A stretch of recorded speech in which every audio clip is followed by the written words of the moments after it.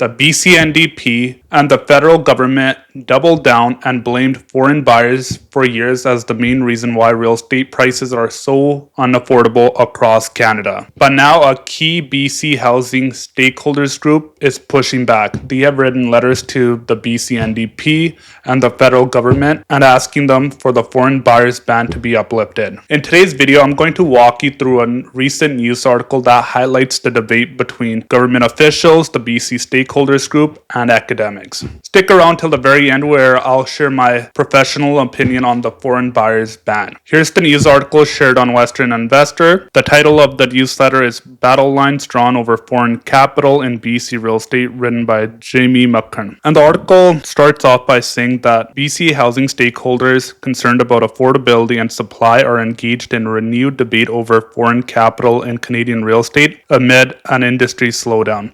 So essentially, this article breaks down three key groups. There's the federal and provincial government and what they have to say regarding the foreign buyers ban. The second group is the BC stakeholders group that wrote to them. The last part of this article is academics weighing in on the matter. So essentially, the question of whether to allow overseas investors to buy Canadian homes is dividing industry, government, academia. And there's little agreement on whether to scrap the national foreign buyers ban or BC foreign buyers tax. The foreign buyers ban went into effect since 2023. And BC has had some sort of property transfer taxes that have been levied on foreign buyers since 2016. Recent letters sent by BC stakeholders to government leaders have reignited debate. And at a recent news conference, Vybe said, "We're not going back." He went on further to say real estate prices became completely detached from what people were actually able to earn in BC, meaning young people were priced out of everything of the housing market. Sure, Vybe, you never want to take responsibility for the lack of what impact your housing policies has had on people wanting to enter the market and those that are renting. It goes on further just to say others are just talking about if there was foreign capital, it would be good. And the back and forth, some experts say middle ground may exist. And then this one guy right here said a more nuanced approach to analyzing the benefits of encouraging some form of non-domestic real estate investment is needed. Rick Gillick, of CEO of Townline Homes, he went on to say unrestricted access by foreign investors was a contributing factor to skyrocketing home prices. But the foreign buyer ban has swung the pendulum too far in the other direction. Foreign capital could be a boon for rental housing, he said. We propose allowing foreign buyers back into the market, but under regulated conditions that could require their units to be rented out through a professionally managed rental program for the first 5 years of ownership or the first 5 years after the project completion. He goes on further to talk about a regulated rental program would help cities meet provincially mandated housing targets, increase rental supplies for locals, and prevent empty homes and discourage quick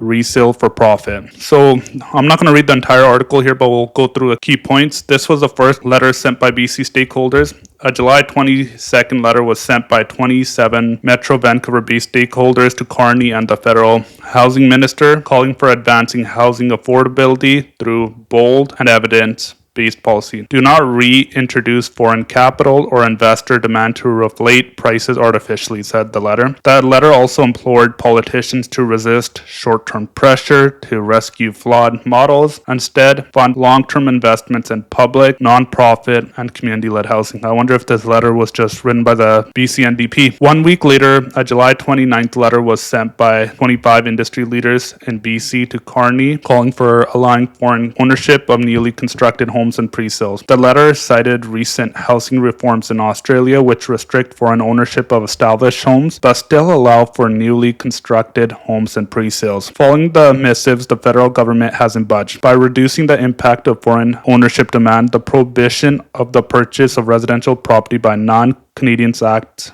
helps to ensure that homes are used for Canadians to live in and not a speculative asset class for foreign investors, the federal housing minister said in a statement. This right here says a lot about our current climate on this topic from the provincial government and the federal government, where they talk about we need to build more housing. The way they want to do it is through government programs. Wow. Then the provincial government, which levies additional property transfer taxes on foreign nationals and corporations, is also standing its ground. Not surprised by this socialist FVREB. Our priority is housing for British Columbians first. Great. What are you doing to fix the problem?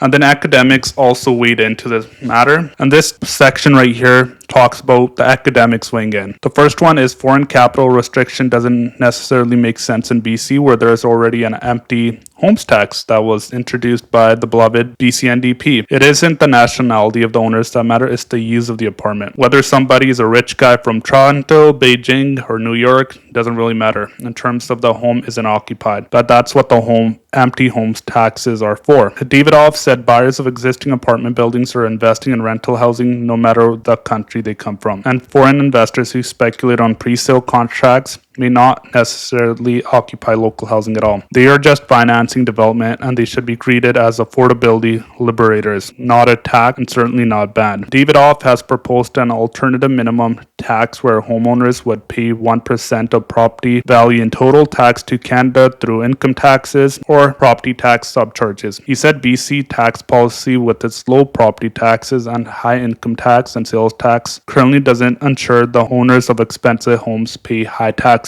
That's why we drew so much international capital, because the sort of instruction book provided by real estate don't work for a living, and that needs reform. And there's another guy, Andrei Pavlov, finance professor from SFU, said BC's original 15% property transfer tax introduced in 2016 on foreign buyers purchasing in Metro Vancouver was targeted and necessary. It did not completely shut the door to foreign capital and raised meaningful revenue, but it's increased to 20%, and its expansion to further geographic areas in 2018 paved the way for misguided federal policies that undermines housing supply and economic growth. These are two academic guys essentially saying that this foreign buyers ban has gone too far. The foreign buyer ban on the federal level is very absurd, because we have the most land per capita of any country in the world, but it's also restricting foreign buyers. Our economy can greatly benefit from foreign capital. Pavlov called the foreign buyer ban a completely ideological move that only hurts people across the board. I totally agree with this. Projects are becoming insolvent and not going to get built and not going to get completed. At the end of the day, that does not help affordability for anyone, and it does kill our economy, and it makes it much more difficult to make ends meet, not just for people in construction and real estate investment, but really for everyone in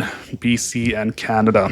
This is a powerful quote. These are smart guys, obviously, that work at universities, and essentially even they know that the foreign buyers ban here in BC and Canada is not only hurting our local economy, but it's hurting affordability for people that are looking to buy and those people that are looking to rent. And this essentially goes on further to say the foreign buyer ban has been extended to January 1st of 2027. Here's my take on this. The BC NDP and the federal government don't want to address the underlying issue, which is to build more housing. They'll go around blaming foreign buyers, money laundering, and tomorrow there will be another person, maybe investors, let's just say. But here's the thing, folks. If we're going to have policy in place at the provincial and federal level, you would think that it's based on empirical research that shows that, hey, foreign buyers are actually hurting home prices. But that might not be the case. So my take is, if we're going to have some sort of ban on foreign buyers, at least have some research supporting it. And if not, then we don't need to restrict foreign buyers completely. There should be an alternative where foreign buyers are able to invest locally here in Canada and in our provincial government. That would help to